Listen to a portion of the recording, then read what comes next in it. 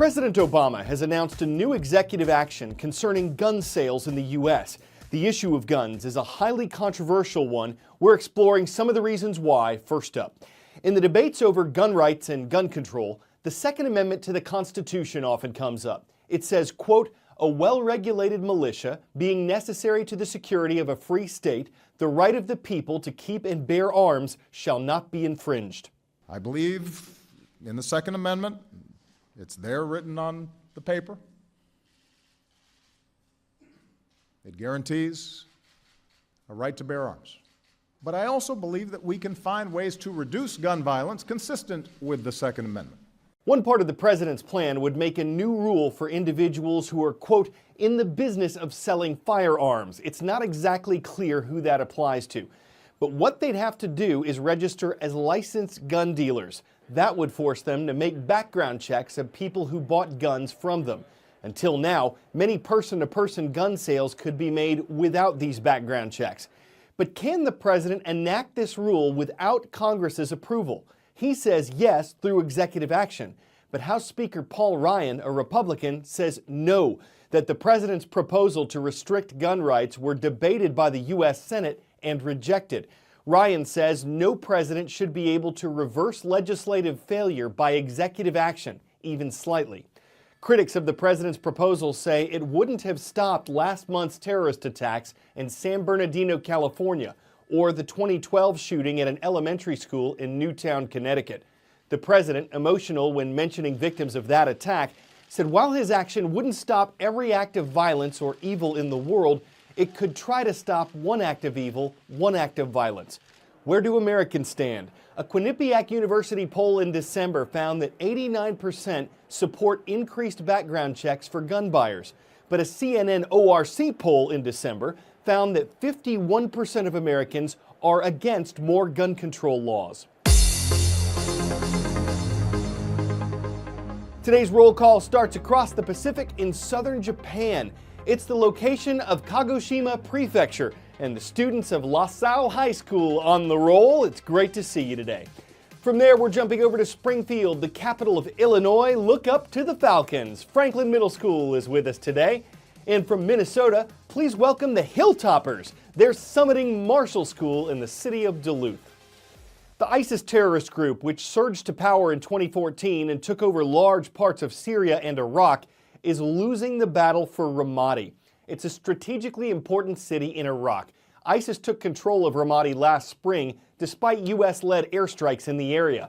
But Iraqi military forces, supported by American ones, have taken most of the city back. Local tribal leaders say the terrorists still control around 25% of the city. Fighting's been intense for weeks.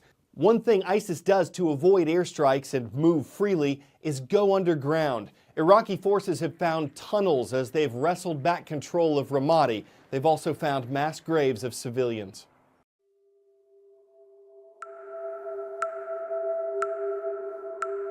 So why is Ramadi such a key battleground in the fight against ISIS? Well, it's hugely significant, both to the United States as well as to the Iraqi government. First of all, Ramadi is the capital of Anbar province, which is the largest province in Iraq, but not necessarily the most densely populated one. And the government of Haider el-Abadi, the prime minister, declared that Anbar was going to be the next place it would try to take back from ISIS. So losing the capital of Anbar was certainly a big blow to the Iraqi government. Ramadi also has major importance to the U.S. and especially to many U.S. service members who fought in Iraq. In the years between 2004 and 2006, it was one of the worst battlegrounds for U.S. forces in all of Iraq. Thousands of United States Marines as well as soldiers fought there trying to hold the town and take it back from Sunni insurgents, and many of those insurgents came from a precursor organization of ISIS, which was called Al-Qaeda in Iraq. And it was really after very tough battles with a lot of casualties that the U.S. managed to win. And Ramadi also became a turning point in the war in Iraq when the U.S. employed a new strategy, which was called the Sons of Iraq, or the Sunni Awakening Program, where they actually started to talk to a lot of the Sunni tribes that were allied against them and made them join forces with the U.S. as well as with the Iraqi government, turn on the insurgents and therefore win back Anbar province from al-Qaeda in Iraq. So certainly there will be a lot of U.S. veterans out there looking at what's happening in Ramadi right now. NOAA, the National Oceanic and Atmospheric Administration, says we've explored less than 5% of the ocean, even though it covers more than 70% of Earth's surface. A company called Deep Flight is hoping to help change that.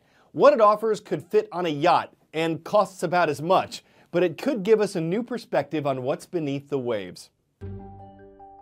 It's very simple. It's a bit of a secret, this. It's going to be shocking, but this is an ocean planet. We think it's built for us because we walk on land, but this is a small part.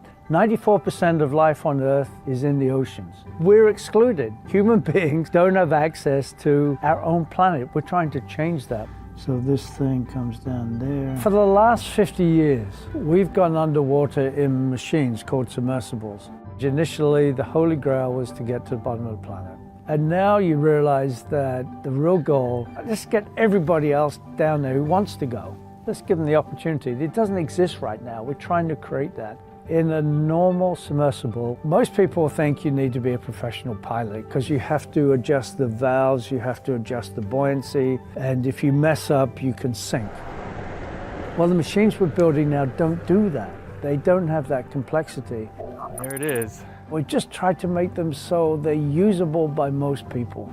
We'll take you out, and I'll give you the controls. You will dive a submarine. That's a big deal. Okay, under the CNN, you have the cart. Your left-hand side is this up and down. And push it all the way forward right now. And you are diving. Under the CNN is diving the submarine. It's that easy. That easy. So we are now well under Lake Tahoe. It's rather beautiful down here, I think, even though there's no animals. Your right-hand side is a joystick. Move that joystick gently to your right.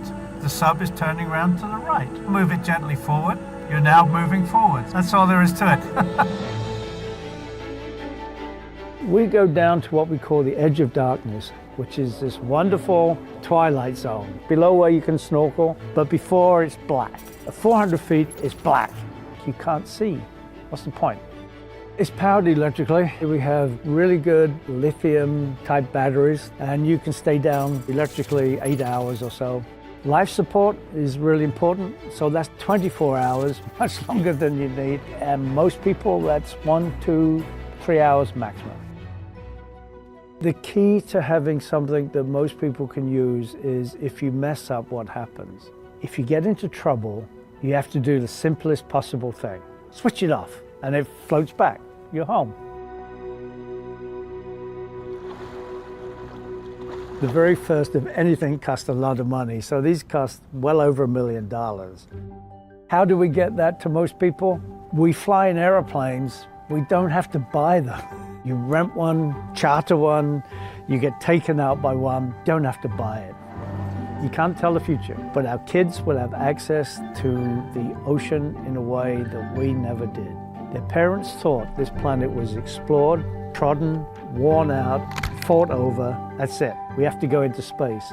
Our kids are going to go, wait a minute, there's an even bigger planet down here you never had access to, but I do. I'm going to explore this place.